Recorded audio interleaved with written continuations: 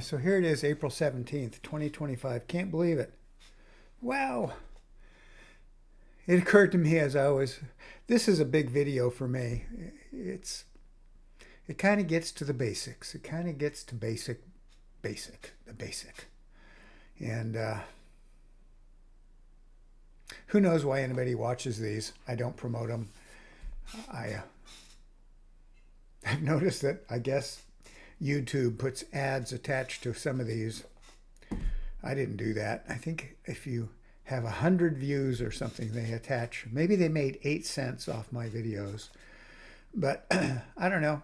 I suspect old friends have looked up my name or something and Googled it, and maybe they accidentally find a video. Maybe somebody on a title, like a title that says Gandhi, that they look up Gandhi and it pops up. I have no idea. Old friends maybe looked it up and go, wow, Jim, okay. I don't know. For me, as I've mentioned in many of these videos, how many there are now, that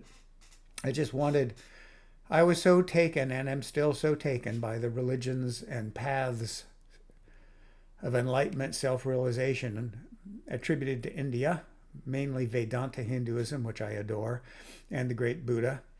And so I love putting the quotes out there. And the idea is, when I first started on these paths, there were certain quotes that just struck me. It's funny, I would read and read and read, and boy, I missed 90% of what I read, I missed. But there were certain quotes that really got me. So I tend to, things keep popping up, and I keep putting these from the writings. Maybe something will strike a chord for somebody and they'll find their path. So the bottom line is, I guess they were put together. I have a video called Are You a Seeker? And that's discussed in the various writings. And I guess if you're a seeker, maybe you'll find some of these interesting, and maybe it'll help you discover your path. And that's one of the basic ideas. Of course, the other is that one of the great ideas that I found right up front was the Vedanta mantra, basically, that is many paths, same truth, many paths, same God, same consciousness. There are many paths that'll get you there, and dogma, not a good thing. So, and I just think that's marvelous. I love, as many of you have seen, if I can get back to these books, the book on the Sermon on the Mount, which discusses how it's the same truths in Vedanta Hinduism as the Sermon on the Mount, but just different words. I just love that idea. And the great Ramakrishna on the bottom right, I mean, that was one of his great principles, in essence, call it a mantra or principle or teaching, was that there are many paths, same God, same consciousness. So no dogma allowed.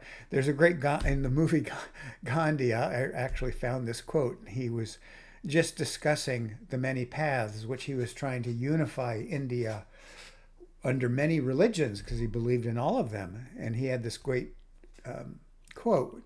It was, but in our temple, the priests used to read from the Muslim Quran and the Hindu Gita, moving from one to the other as if it mattered not which book was read, as long as God was worshipped. I think you could even add, as long as the truth was spoken. And he could put the Muslim Quran, the Hindu Gita, the Christian Bible, Buddha's great talks. And I know in all of these books they talk about the great ones from Lord Jesus and Lord Buddha and Krishna. So find your path. I should end the video on that alone. So in the same light, I use these various words, and you see these various words in the writings over and over again. Sometimes it says God, sometimes it's consciousness, the light, reality, just pure existence. Sometimes it's a big S self instead of a little s self, which would mean Jim for little s self. So bear with me on that if I happen to use those interchangeable words. But yeah, I think that's all I wanted to. I want to, again, as I mention all of these books and all these people, this guy here is today, modern. He's actually the senior Swami in the New York Hindu temple, Vedanta Hindu temple of Ramakrishna. And his videos are a miracle. I just love them. I love that. I love his Indian accent. Follow your path. Oh, anyway, I could just get into his words. They just make me smile and smile and smile. And he was one of the first videos I watched. And then years later, a dear friend found him all on her own and just loves him. So he's another person that you could check out. And he has a great series of videos on the Bhagavad Gita. Just on everything. He's a marvel. And because it's now, I find it, maybe it's a lot easier for people. In a lot of these books that I put up there, some of them are written by people in today's words, which is great. In fact, now that I look at it, almost all of them were. So modern words are sure easier for me. So let's get to what this one's all about. And what just hit me like a brick was this definition. I looked it up for a reason, not going to get into it or how it came about, but the word is the Effulgent One. And I think we've heard this before in other religions, but I don't know. But the idea of effulgence is just a glowingness, yeah, kind of like fireworks almost. The effulgence, a glow. And if you look up the Effulgent One, Google it, the first thing that comes up is the following. And it says, in Hinduism, the Effulgent One, capitals, signifies Brahman's radiant nature. Brahman is another word for God, consciousness. But I like that, radiant nature, symbolizing light, knowledge, and enlightenment. It reflects the divine's illuminating essence as experienced by sages during meditation, embodying ultimate wisdom and insight. Maybe I should bring up this other quote, but there's what we're searching. And isn't it, I just thought it was so fascinating. Just it's throughout, it's kind of in movies, it's in books, it's throughout history, the whole idea of a light or a radiance and an effulgence. And I remember, like, I just go on and on about this, Vivekananda talking to the Chicago Religious Symposium, and what's the first thing he says? It's not out there. It's all the divinity, that effulgent one. It's all inside, in our heart. And as we let go of all of the illusion, the maya, the stuff that we crave and fear, the effulgent one just shows and shines. It just goes on and on and on. I mean, how many religions or books have we seen about the sun, stars? There was a great, I can't remember, it was a Buddhist or Hindu story about a great saint who's meditating on a star. Talk about effulgence, a star or the sun, and how this happened, I don't know, but it went into his mouth or something and he became enlightened. Put that in your pipe and smoke it. There's a story after story. In fact, I was watching a movie, now that I think about it, or a show years ago on ancient aliens, and they talked about, it was on India, and it talked about people who follow the religions of India would probably know what's called the Shiva Linga.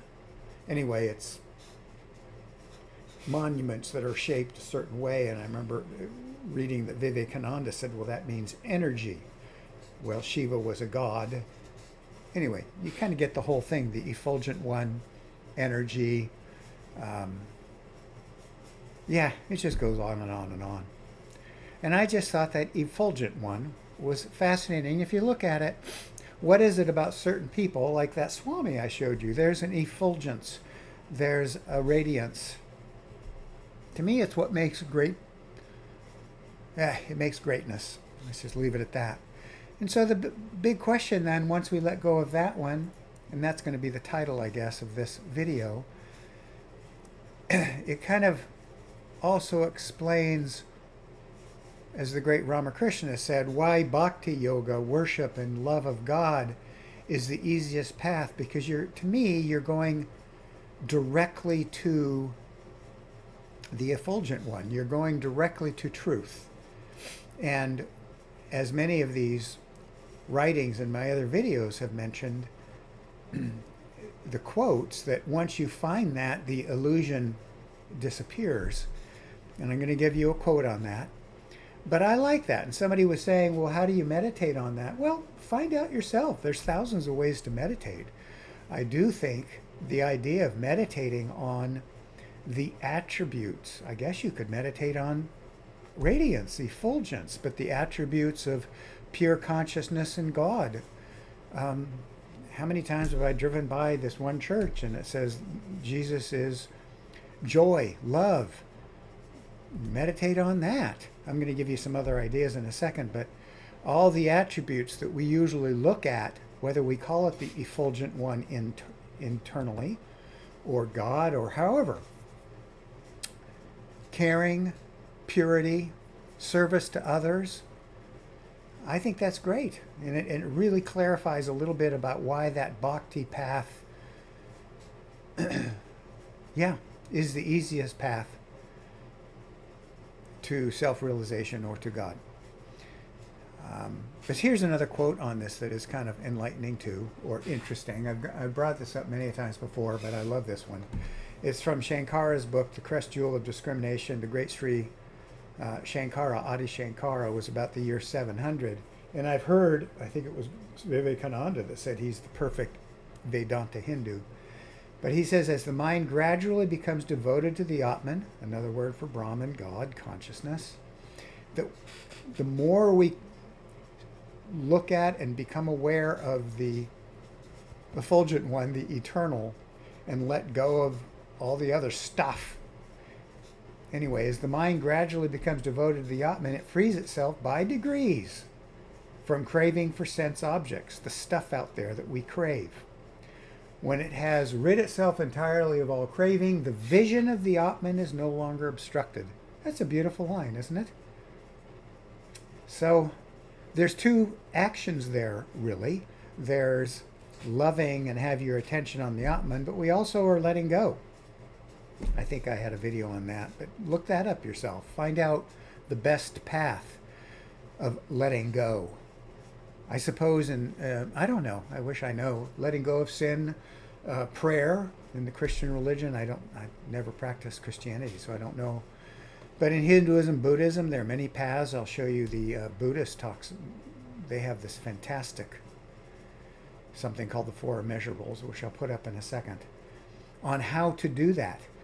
But anyway, when it has rid itself entirely of all craving, the vision of the Atman is no longer obstructed. Through constant devotion to the Atman, the mind's impurities dissolve away. All cravings are obliterated. I just think that's so powerful, and I will say, so true. So we're letting go, but we're also viewing the Effulgent One. We're also viewing truth, reality, and that's actually the forever. The other stuff's transitory. So I don't make this too long. The great Buddha, so there's so many things you can meditate on, methods on meditation. These are things that I happen to really like. I love and gain so much from the Four Immeasurables. And the great Buddha talked about this. All life is interdependent, the oneness of all life. Therefore, the happiness of one individual depends upon that of others. The Buddha taught the Four Immeasurables. Let me read it from here. It's easier. Loving kindness, compassion, appreciative joy, and equanimity, which he's going to define below. In order to remove ill will, cruelty, jealousy, clinging, aversion.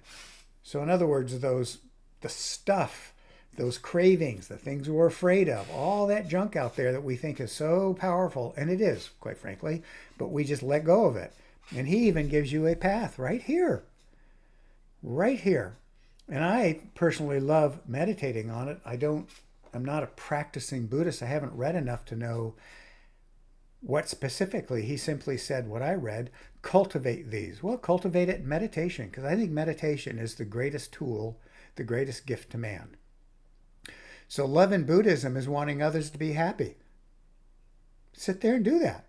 Compassion is wanting others to be free from suffering. I personally found that to be remarkably powerful, in that there were some things going on in society, which I was very angry about. But one day it just came to me that everybody is just simply moving on their path, and that everybody eventually will arrive home. The Effulgent One. Sympathetic joy. This is a really powerful one. Being happy with somebody else's fortune and happiness. Wanting others to be happy because that will be your happiness. Anyway, it says here, what's it say? Sympathetic joy here refers to the potential of bliss and happiness of all sentient beings as they can all become Buddhas.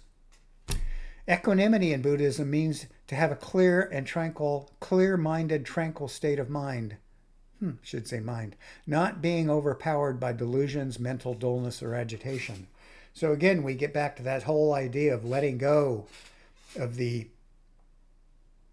whether you want to call it the karma, the accumulation, we put our attention on that stuff. Well, put your attention on the Effulgent One. Put your attention on all of those beautiful attributes. And just as the great Shankara said, the other stuff will melt away. And that's what's so powerful here. As the mind gradually becomes devoted to the Atman, it frees itself by degrees from craving for the sense objects. I think we could say from craving for the sense objects, for all the clutter and junk. When it has rid itself entirely of all the cravings, the vision of the Atman is no longer obstructed. Anyway, maybe I should just leave it on that. I hope those are some ideas of different paths. It includes the great Shankara, Ramakrishna. I mentioned Christianity. But it all goes back to, it's almost like the Effulgent One that every religion I've read about talks about. You can't really describe that. And then there's all the words that we use, the attributes to get close to that. And then we kind of roll it on down to individuals and the mind and the stuff that's covering us. So I guess my idea is, if any of these ideas are interesting, great. There's a bunch of books. Have at it. The great this in our video days, I think they're audios and videos. Fantastic.